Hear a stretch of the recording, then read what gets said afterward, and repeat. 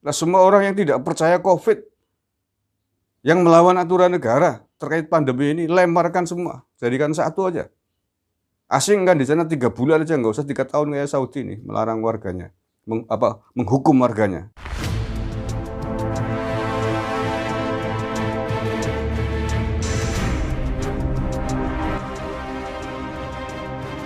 Assalamualaikum warahmatullahi wabarakatuh. Salam Nusantara, salam sejahtera untuk kita semuanya, saudara-saudaraku sebangsa dan setanah air dimanapun Anda berada.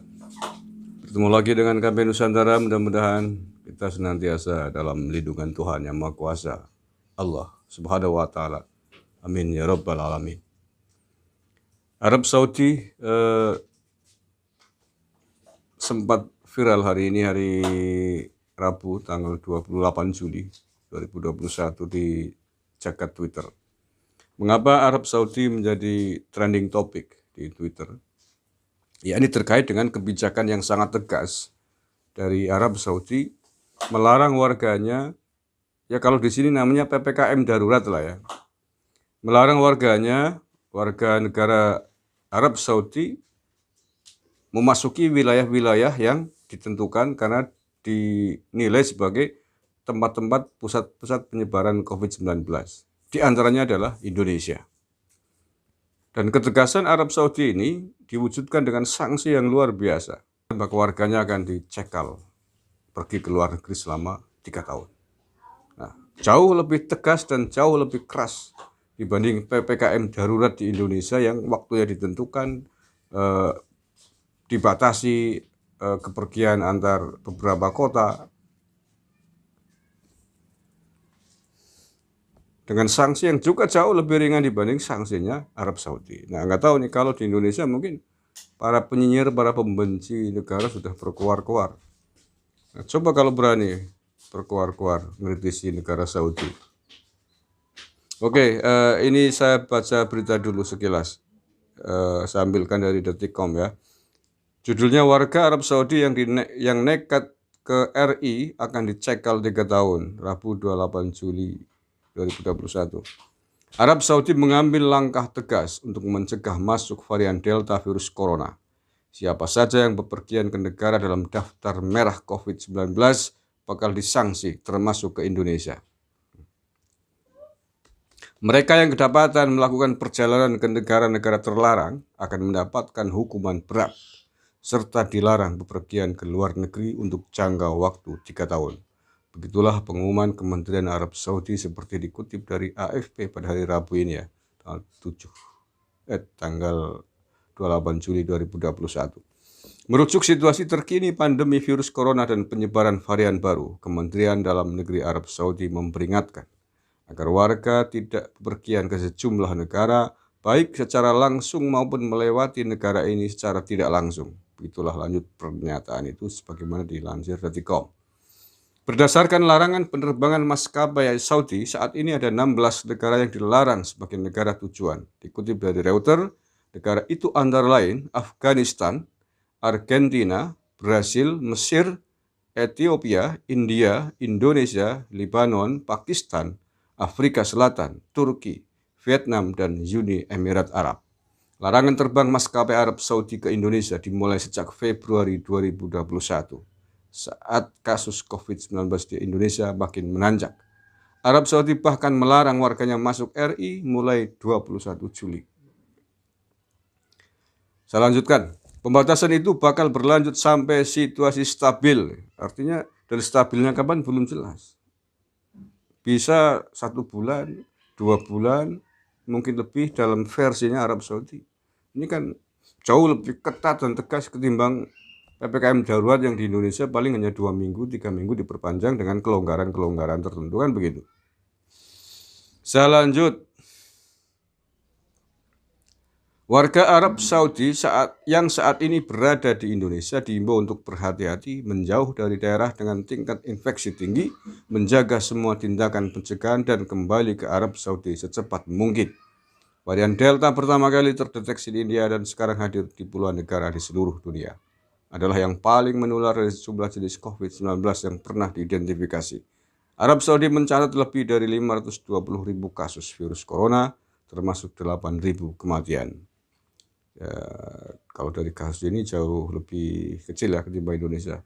Kalau di Indonesia itu sudah 3 juta lebih yang terkena paparan virus corona ini, dan jumlah kematian sekitar 90 ribuan orang. Oke ya, itu berita pentingnya, dan ini pelajaran buat kita. Dengan pelarangan begini kan, selain ibadah haji kemarin tidak bisa dilakukan karena memang dilarang oleh Saudi, pasca itu umroh juga menjadi sulit kan, tidak mungkin karena dilarang masuk ke Arab Saudi. Jangankan kita masuk ke Saudi, orang Saudi masuk sini aja tidak boleh. Kadang jadi kan kebanjur-banjur kalau bahasa Banyumas, kedelarung-delarung, ya apa namanya, mambra-mambra, masih Banyumas juga. Terlanjur kan begini kan jadinya kan. Coba kalau kita disiplin, diatur oleh negara manut, diminta untuk sementara tidak sholat Jumat karena ada pandemi, mbok nurut. Sementara tidak sholat Idul Adha dulu, nurut. Tidak banyak berkerumun, tidak usah barang gawe dulu, hajatan dulu, manut. Barangkali tidak meledak penyebaran COVID di Indonesia seperti hari ini, dan tidak perlu. Dan kemudian Arab Saudi menilai Indonesia sebagai negara yang bisa mengendalikan COVID. Tapi faktanya sejumlah orang, sejumlah tokoh, bahkan ustadz yang tidak memperdulikan aturan COVID ini. Bahkan ada yang mengatakan menuduh negara, menuduh pemerintah sebagai pembantai massal dengan vaksin itu. Ini apa-apa. Nah, akibatnya kita sendiri yang rugi kan. Tidak bisa naik haji, tidak bisa umroh. Kan lebih panjang kerugiannya. Kadang-kadang kita berpikirnya itu pendek, tidak jangka panjang gitu. Coba kalau gini-gini, nanti mau bilang apa pembenci ini? Mau bilang seperti siapa itu? Hidayat Nur Wahid suruh melobi kementerian suruh melobi pemerintah Saudi agar bisa umroh, itu gimana sih? Makanya teman-temanmu tuh dikasih tahu, dikabari, dikasih informasi, dikasih suruh ikut dengan aturan negara tentang vaksin, tentang pentingnya menjaga jarak. Nah, kalau ini bukan persoalan diplomasi, ini karena persoalan pandemi kita yang tinggi, karena banyak warga yang tidak nurut aturan, tidak mau diatur, ngeyel semaunya sendiri. Suruh jangan mudik, nekat mudik. Malah ngomporin orang-orang untuk melawan aparat, untuk nerobos penyekatan. Disuruh tidak berkerumun, malah demo. Itu kucluk kan menurut saya itu. Ya salahkan mereka itu, orang-orang yang pada ngeyel-ngeyel tuh. Karena penyebaran virus COVID ini bersumber dari kerumunan. Lah mereka disuruh untuk tidak kerumun, malah jarak, malah sengaja melawan. Ya akhirnya seperti ini, nggak terkendali.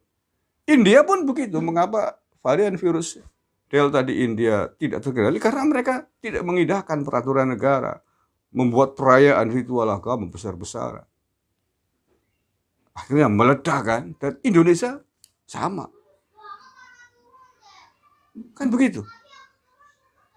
Kalau begitu nyalahin Jokowi, nyalahin pemerintah, salahin kita sendiri lah yang nggak mau diatur, nggak mau nurut, nggak percaya COVID, nggak percaya vaksin. Sekarang susah sendiri kita. Banyak negara yang melarang kita. Nah, saya kira ini adalah pelajaran yang sangat penting bagi kita, khususnya aparat yang berwenang mengurusi, menangani pandemi COVID-19 ini. Pelanggar aturan negara, yang suka melanggar, apalagi yang suka melawan aturan negara, yang tidak percaya COVID, yang tidak percaya vaksin. Mungkin sanksi model dari Saudi ini perlu kita tiru. Tidak usah lama-lama 3 tahun lah, dicekal untuk tidak boleh bepergian. Cukup 3 bulan saja. Orang-orang yang sengaja melanggar ini, yang sengaja melanggar dan melawan aturan negara terkait dengan PPKM darurat ini, asingkan aja ke pulau-pulau terpencil di Jawa Tengah, di Banyumas dan Nusa Kambangan. Nanti ada pulau seribu, pulau yang lain. Nah, semua orang yang tidak percaya COVID, yang melawan aturan negara terkait pandemi ini, lemparkan semua, jadikan satu aja. Asingkan di sana 3 bulan aja, nggak usah 3 tahun kayak Saudi nih, melarang warganya, menghukum warganya. Kalau perlu ditiru ini model begini nih, kayaknya ampuh ini. Asingkan aja. Yang tidak percaya melawan negara, asingkan selama 3 bulan di Nusa Kambangan misalkan. Biarkan mereka di sana. Kalau misalkan terpapar di sana ya diobati di sana. Biar tahu rasa itu. Ya kalau nggak tegas begini terus-terusan pada kelompok-kelompok kilaper pada melawan negara sih, maunya bikin rusuh, bikin resah. Kemarin sudah nggak bisa haji, sekarang umroh juga tentu saja tidak bisa sampai jangka waktu yang belum ditentukan. Jadi jangan pernah menyalahkan negara, jangan pernah menyalahkan pemerintah karena kondisi kasus ini. Ini semua adalah kesalahan kita bersama. Banyak ngeyel, banyak menentang, tidak mau diatur oleh pemerintah. Diatur PPKM 2 minggu, demo besar-besaran. Kan begini. Terima kasih wallahul muwaffiq ila aqwamit thoriq. Assalamualaikum warahmatullahi wabarakatuh. NKRI harga mati.